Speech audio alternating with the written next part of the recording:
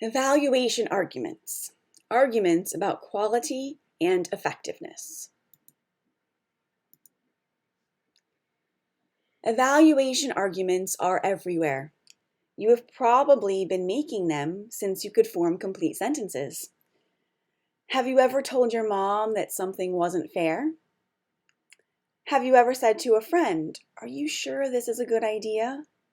If so, you've entered an evaluation argument.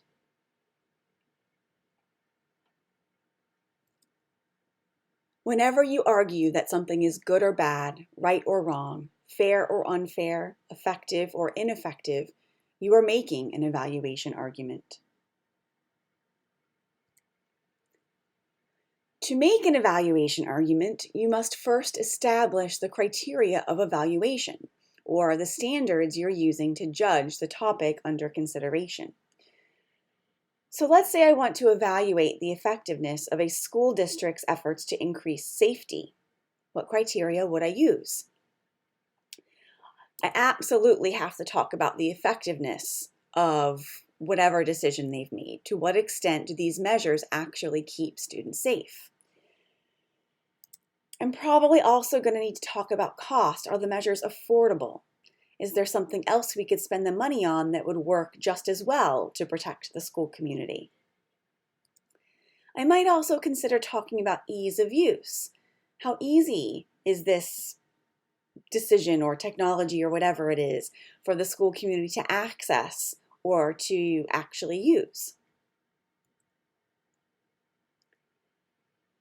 After you establish the criteria, you must develop the evaluation argument by showing the extent to which the subject meets the criteria you've chosen.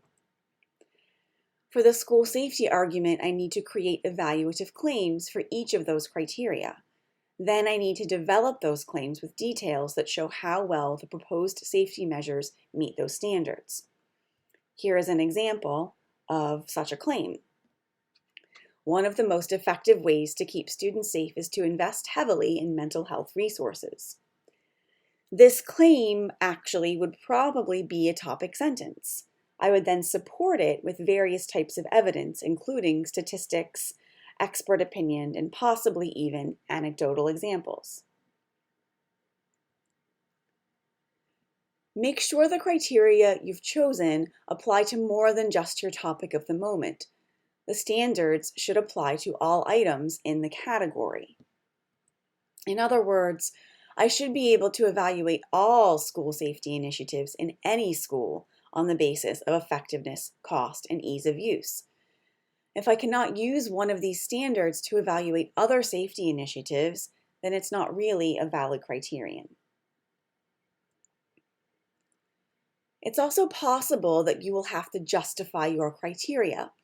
Some people in your audience might not accept the measure that you're using to evaluate the subject. For the school safety argument,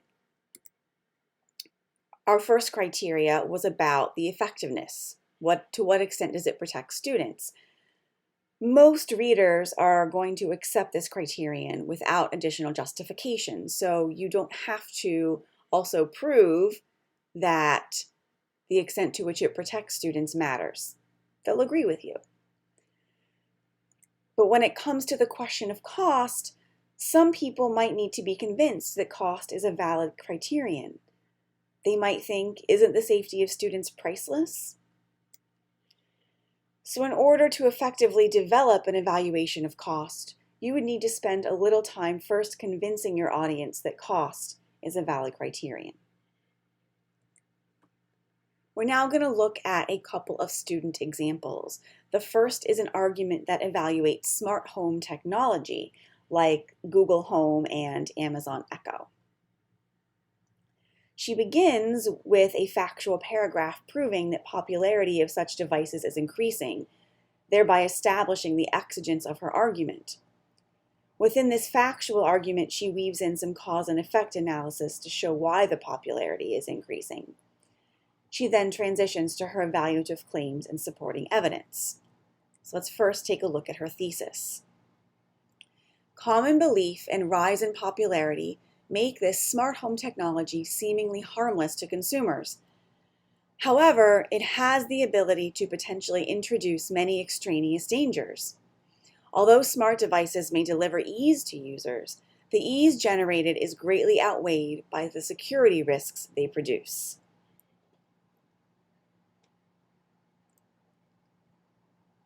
So here are her main evaluative claims paraphrased.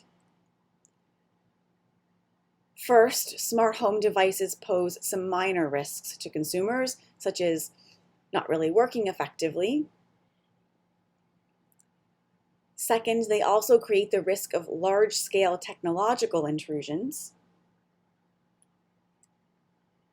And finally, they pose significant dangers to health and personal safety.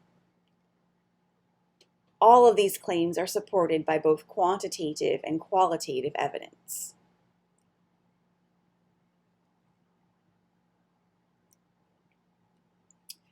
Our second example is focused on the free college tuition plan that Bernie Sanders was arguing for during the 2016 presidential primary.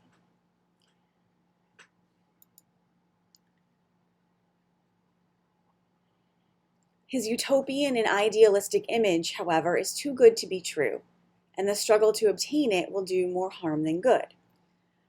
Zero tuition for public colleges is not an effective policy and should not be implemented because it reduces the standard of education, backfires on those it's supposed to help, and ignores the roots of the education problem. In this thesis, we can see elements of cause and effect as well as proposal. Those elements, though, work in service of the evaluation argument that will comprise the bulk of the paper. His thesis also establishes the implied criteria. Education plans should increase, not decrease, the standard of education. Such plans should actually help those it intends to, and such plans should help solve the problem from where it starts rather than ignoring those roots. These are criteria that will likely be accepted by the audience without much discussion because they're logical and based on commonplaces about the goals of education and serving others.